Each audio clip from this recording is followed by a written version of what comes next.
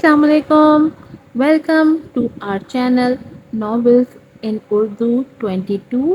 امید ہے آپ سب لوگ ٹھیک ٹھاک ہوں گے, خیریت سے ہوں گے اور ہمارے ناولس کو اچھے سے انجوائے کر رہے ہوں گے. آج آپ کے لیے میں لے کر آئی ہوں نیو ایپیسوڈ صحرا میں جگنو کی. بہت ہی انٹرسٹنگ ناول ہے یہ اور ملٹی کپلز ہیں اس کے اندر. ابھی تو ناول اسٹارٹ ہوا ہے تو صحیح سے اسٹوری واضح نہیں ہوئی ہے, لیکن یہ میرا آپ سے پرومس ہے کہ آپ اس ناول کو بہت ہی اچھا پائیں گے. جیسے جیسے ناول آگے بڑھے گا آپ کو سارا سینیریو سمجھ میں آتا رہے گا. ناول کا نام ہے صحرا میں جگنو, رائٹر ہے اس کی فبیہہ شاہ, قسط نمبر ہے 3. عجیب بوڑھی روح سے آپ نے میری منگنی کروا دی امی. 1 سال سے زیادہ عرصہ ہو گیا منگنی کو, لیکن نہ کہیں باہر گھومنے جاتی ہے نہ ہی فون پر بات کرتی ہے. بلکہ اس کا تو یہ حال ہے, کبھی سامنا ہو بھی جائے تو ایسا رویہ دکھاتی ہے جیسے جانتی ہی نہ ہو. وہ بے حد برا منہ بنا کر بولا, تمہیں تو بلا وجہ کیڑے نکالنے کی عادت ہے شاہزیب. اچھی شریف لڑکیاں ایسی ہی شرمیلی ہوتی ہیں. انہوں نے مٹر چھیلتے ہوئے کہا. مجھے فیشنیبل, بولڈ, کانفیڈنٹ, اپنے ساتھ قدم سے قدم ملا کر چلنے والی بیوی چاہیے امی, جیسے میرے سارے دوستوں کی منگیتر یا بیویاں ہوتی ہیں. یہ لڑکی میرے ٹائپ کی نہیں ہے. اس نے اپنی بات پر زور دیا. نہ شکرا پن نہ کرو شاہزیب, میں نے کچھ دیکھ کر ہی یہاں تمہاری منگنی کی ہے. اچھی خاصی خوش شکل, پڑھی لکھی, سلیقہ مند لڑکی ہے. پھر سب سے بڑی بات, بھائی کا اتنا اچھا چلتا ہوا کاروبار ہے. دیکھا نہیں اپنی خالہ کو, کیسے آئے دن اپنے بیٹے کے سسرال سے اچھا خاصا پیسہ بٹورتی ہیں. ایک دفعہ شادی ہو جائے تو عیش کرو گے. انہوں نے اسے آنکھیں دکھاتے گھرکا. اچھے خاصے کھاتے پیتے ہیں ہم لوگ, پتہ نہیں کیا لالچ ہے آپ بہنوں کو, وہ بیزاری سے بولا. لالچ کی کیا بات ہے, آصف تو بالکل ہی اکیلا ہے. تم بھی میرے ایک اکلوتے بیٹے اور 2 بہنوں کے لاڈلے بھائی ہو. اب اگر تمہارے سسرال والے ہمارے ذرا سے ارمان پورے کر دیں گے تو کیا ہو جائے گا. اتنے اچھے امیر کھاتے پیتے لوگ ہیں, انہیں کون سے گھاٹے پڑ جائیں گے. ذرا تمہاری بہنوں کی ناک ہی اونچی ہو جائے گی اپنی اپنی سسرال میں. انہوں نے اپنی انوکھی منطق پیش کی. لیکن میں نے سوچا ہے جب تک تمہاری شادی نہیں ہو جاتی ان لوگوں سے کوئی ڈیمانڈ نہیں کروں گی, کہیں بتک ہی نہ جائیں, وہ مزید بولی. بہرحال امی, میں نے اس بار حفصہ بھابھی سے 2 ٹوک بات کی ہے کہ میں ان کی بہن سے فون پر رابطہ کرنا چاہتا ہوں. پہلے میں اس لڑکی کو اچھی طرح پرکھوں گا, وہ میرے ساتھ چل بھی سکتی ہے یا نہیں, پھر ہی شادی کرنے کا فیصلہ کروں گا. اور ہاں, ابھی 3-4 سال تک میری شادی کا سوچیے گا بھی مت. میں ابھی زندگی کو بھرپور طریقے سے آزادی سے انجوائے کرنا چاہتا ہوں, اس نے فیصلہ کن لہجے میں کہا.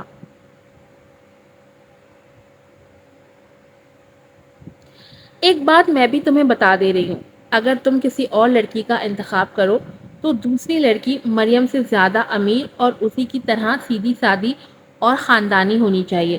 انہوں نے گویا اسے وارننگ دی. فون کی بجتی بیل پر اس نے تیزی سے لیپ ٹاپ کے کی بورڈ پر چلتی انگلیاں روک کر سائیڈ میں پڑا فون اٹھایا تو لبوں پر ہلکی سی مسکراہٹ دوڑ گئی. ہیلو, اس نے کال اوکے کر کے فون کان سے لگایا. اس کی دلکش بھاری مردانہ آواز سن کر نینا کا دل ایک لمحے کے لیے زور سے دھڑکا. ہیلو, کیسے ہو, ابھی تک جاگ رہے ہو, سوئے کیوں نہیں؟ وہاں تو رات کے 2 بج رہے ہوں گے اس وقت. وہ حد درجہ لگاوٹ کا مظاہرہ کرتے ایک ساتھ کئی سوال کرتی چلی گئی. اس کے انداز میں اپنے لیے فکرمندی محسوس کر کے ارسل کے انابی لبوں پر مسکان دوڑ گئی. 2 بجنے والے ہیں, بس کام کرتے کرتے وقت گزرنے کا احساس ہی نہیں ہوا, اس نے مصروف انداز میں جواب دیا. کیا ارسل, تم نہ اپنی صحت کا بالکل خیال نہیں رکھتے. اتنی دیر تک مت جاگا کرو, اتنی محنت کرتے ہو تبھی اتنے کمزور ہو گئے ہو. آنکھوں کے نیچے ہلکے بھی پڑتے جا رہے ہیں, اس نے بھرپور ہمدردی جتائی. کہاں یار, اچھا بھلا تو ہوں, کوئی ہلکے نہیں پڑے, نہ ہی کمزور ہوا ہوں. اس نے بیڈ کے سامنے لگے آئینے میں نظر آتے اپنے سراپے پر نظر دوڑاتے کہا. یہ تو تم کہہ رہے ہو نا, کبھی میری نظر سے خود کو دیکھو تو پتا چلے. دل برانہ انداز میں بولی, پھر اگلے ہی لمحے بات بدل گئی. وہ ایسے ہی کبھی کبھار دوران گفتگو کوئی نہ کوئی معنی خیز جملہ ادا کر جاتی, پھر فوراً ایسا تاثر دیتی جیسے جیسے نادانستگی میں وہ جملہ منہ سے پھسلا ہو۔ کل جو اپنی تصویر تم نے بھیجی تھی وہ دیکھ کر اماں بھی تمہارے لیے بہت فکر مند ہو رہی تھی۔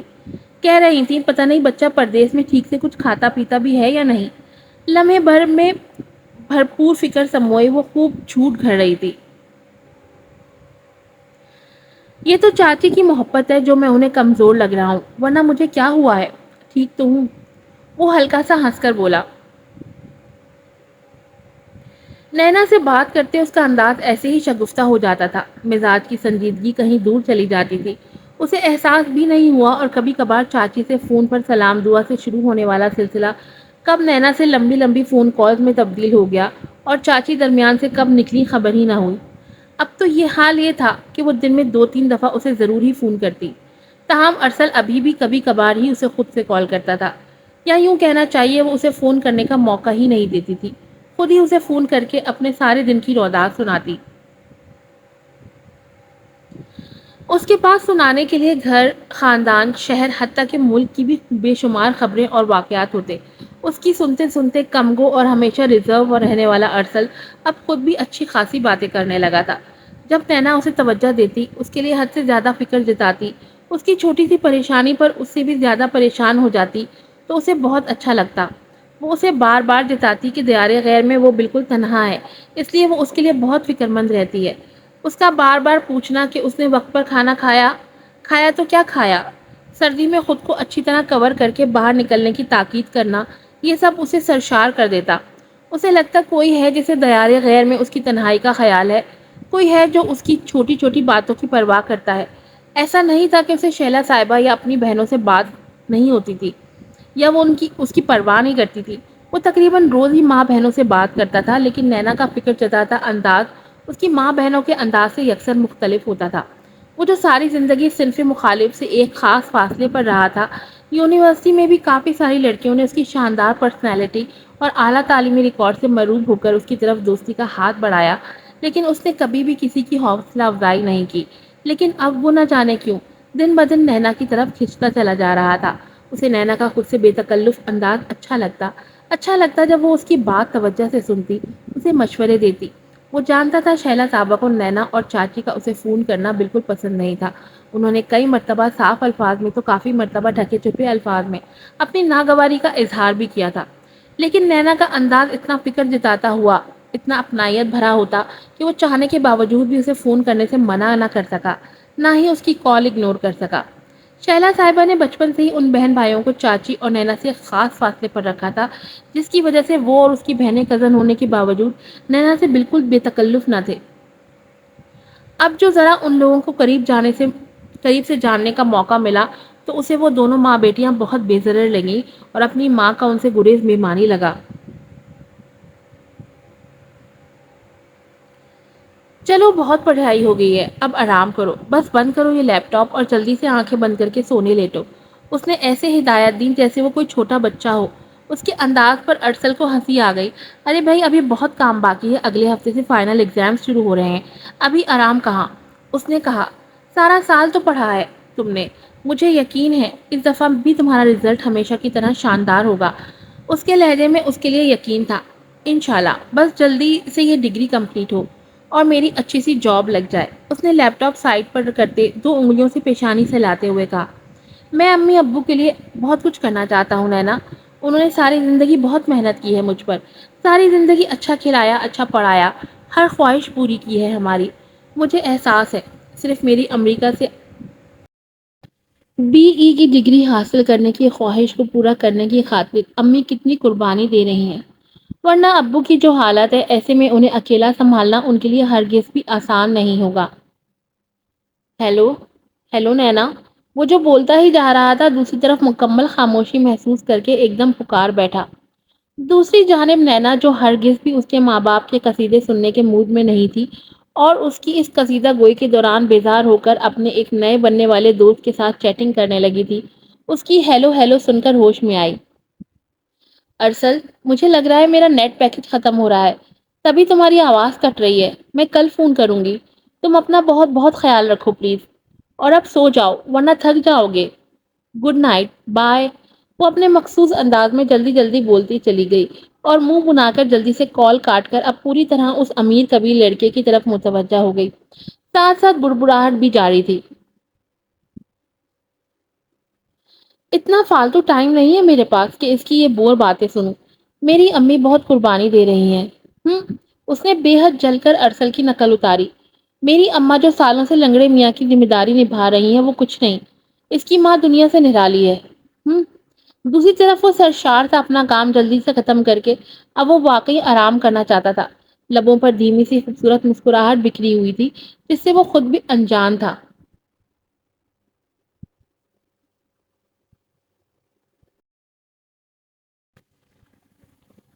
حفصہ کی بات سن کر وہ حیرت سے اس کی شکل دیکھنے لگی۔ آپی، یہ آپ کیا کہہ رہی ہیں؟ انہوں نے پہلے تو ایسی کوئی بات نہیں کی، اب منگنی کے اتنے عرصے بعد یہ مطالبہ؟ اس نے اپنی انگلیاں مروڑتے بعد دانستہ ادھوری چھوڑی اور نظریں جھکا کر اپنے ناخنوں کو کریدنے لگی۔ اس میں ایسی کیا بڑی بات ہے چندا؟ شاہزیب کی بات ایسی کوئی ناجائز بھی نہیں ہے۔ آج کل تو سبھی اپنی منگیتروں سے بات کرتے ہیں۔ اس نے پہلے بھی کئی مرتبہ تم سے بات کرنے کی خواہش کا اظہار کیا تھا، لیکن تمہارا مزاج سمجھتے ہوئے میں خود ہی ٹال جاتی تھی۔ لیکن اس بار مجھے وہ اس بارے میں خاصا سنجیدہ لگا ہے۔ ہفتہ نے اسے پیار سے سمجھاتے ہوئے تفصیل بتائی۔ کرتے ہوں گے سب، لیکن آپ جانتی تو ہیں مجھے یہ سب پسند نہیں۔ آپ انہیں منع کر دیں۔ قطعیت سے بولتی قطعیت سے بولی۔ میں جانتی ہوں تمہاری اس طرح کی طبیعت نہیں، لیکن بعض اوقات رشتے ناطے نبھانے کے لیے مصلحت سے کام لینا پڑتا ہے۔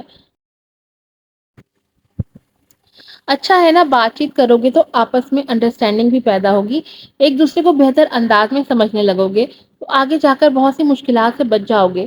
حفصہ نے رسان سے سمجھایا۔ لیکن میں ان سے بات کیا کروں گی؟ نچلا لب دانتوں سے کچلتے اس نے ایک اور نکتہ اٹھایا۔ اس کی تم فکر نہ کرو، وہ میرا دیور خود ہی کر لے گا۔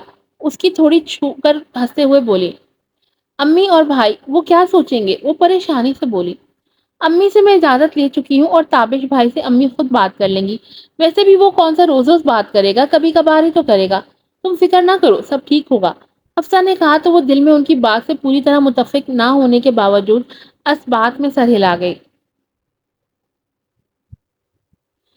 گھر بھر میں بھرپور خوشی کا سما تھا۔ شہلا صاحبہ اور اقبال صاحب کی خوشی کا تو کوئی ٹھکانہ ہی نہ تھا۔ آج ان کا لاڈلا بیٹا پورے 2.25 سال بعد امریکہ سے آرٹیفیشل انٹیلیجنس میں ماسٹرز کی ڈگری لے کر لوٹا تھا۔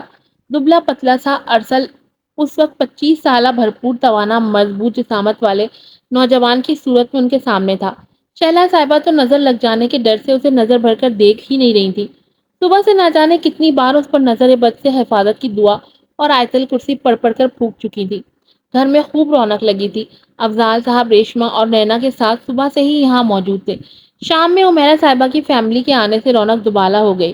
کچھ اندازہ ہونے کے باوجود شیلا صاحبہ کو یہ دیکھ کر بڑی حیرت ہوئی کہ ارسل چچی اور خاص طور پر نینا سے انتہائی بے تکلفی سے بات کر رہا تھا، گویا ان کے درمیان کسی قسم کی کوئی اجنبیت نہ تھی۔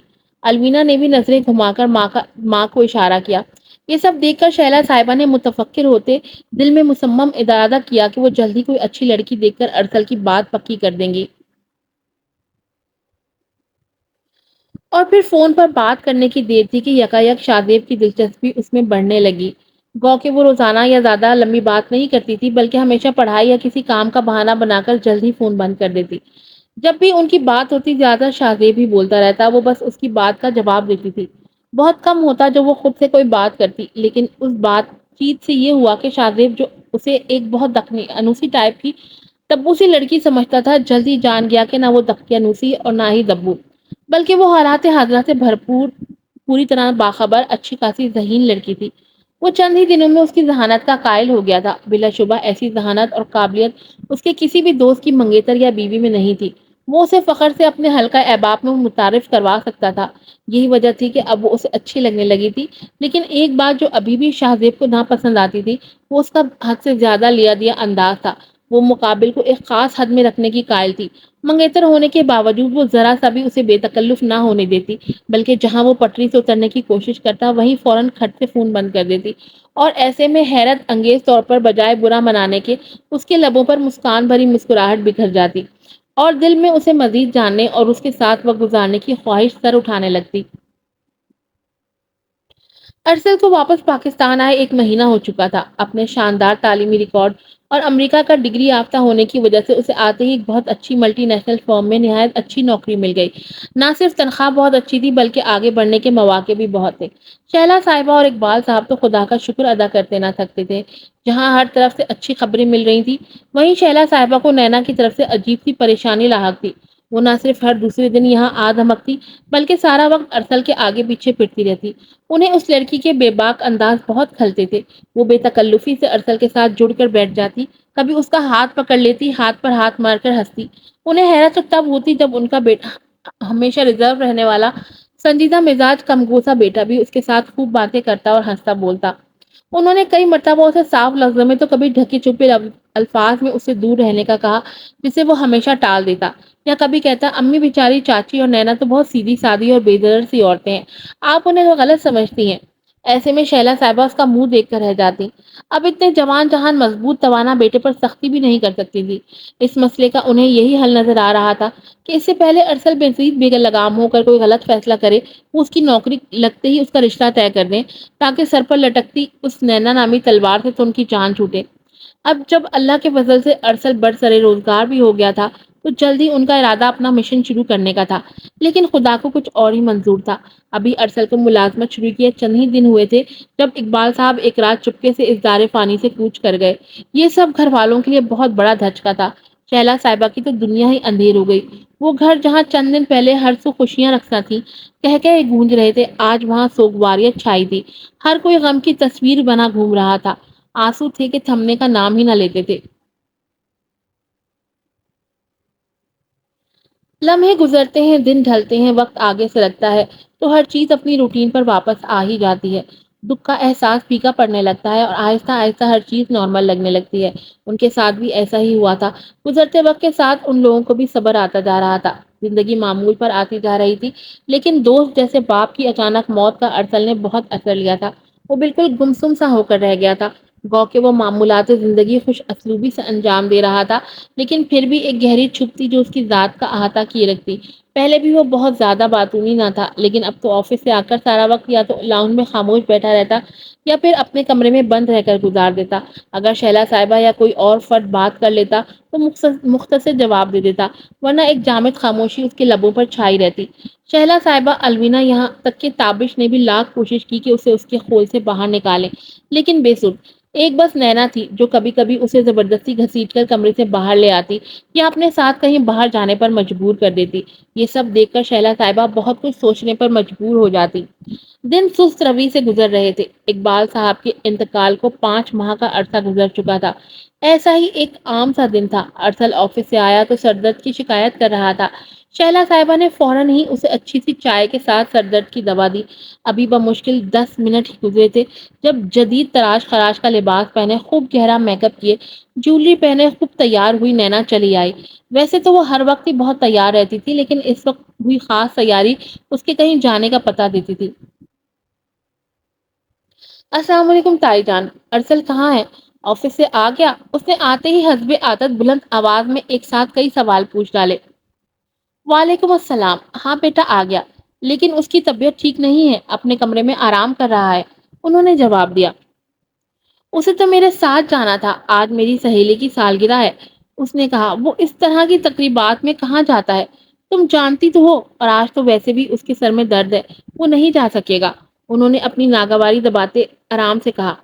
ایسے کیسے نہیں جا سکے گا؟ اس نے وعدہ کیا تھا مجھ سے، میں دیکھتی ہوں اسے، وہ اس کے کمرے کی جانب بڑھتی دھونس سے بولی۔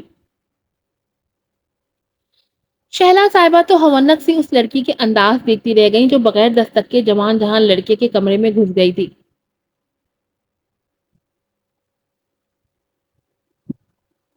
ارسل، تمہیں یاد ہے نا، آج تم نے میری ساتھ برتھ ڈے پارٹی میں جانا ہے، وہ بولتے ہوئے دھر سے دروازہ کھول کر کمرے میں داخل ہوئی۔ میں بہت تھک گیا ہوں نینا، سر بھی بہت دکھ رہا ہے، میرا جانا مشکل ہے۔ ارسل جو ابھی شاور لے کر آیا تھا اور صرف ٹراؤزر میں ملبوس بالوں میں برش کر رہا تھا، اسے کمرے میں دیکھ کر جلدی سے ہینگر سے شرٹ نکال کر پہنتا ہوا بولا۔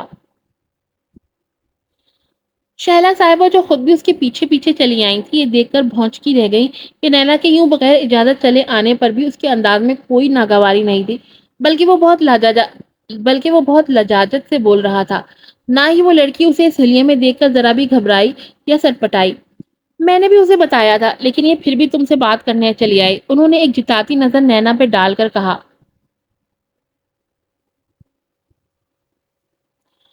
اوفو، سر درد اب کوئی ایسی بڑی بیماری بھی نہیں ہے جو اس میں مبتلا ہو کر یوں گوشہ نشین ہو گئے ہو تم۔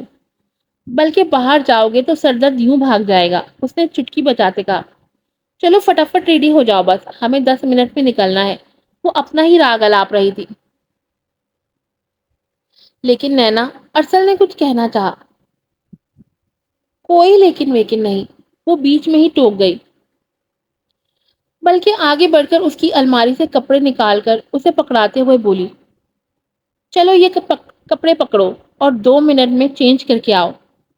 شہلا صاحبہ جو حیرت سے اس کا حق جتاتا انداز دیکھ رہی تھی، حق دک رہ گئی جب انہوں نے خاموشی سے ارسل کو کپڑے پکڑ کر واش روم میں جاتے دیکھا۔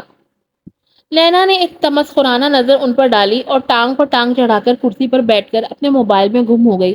شہلا صاحبہ سائیں سائیں کرتے دماغ اور شل ہوتے وجود کے ساتھ کمرے سے باہر چلی آئیں۔ اس دن انہیں شدت سے احساس ہوا کہ ان کی تمام تر ناپسندیدگی کے باوجود وہ لڑکی اپنا کام دکھا چکی تھی۔ ان کی عمر بھر کی کمائی لٹنے کو تھی، وہ دل تھام کر رہ گئی۔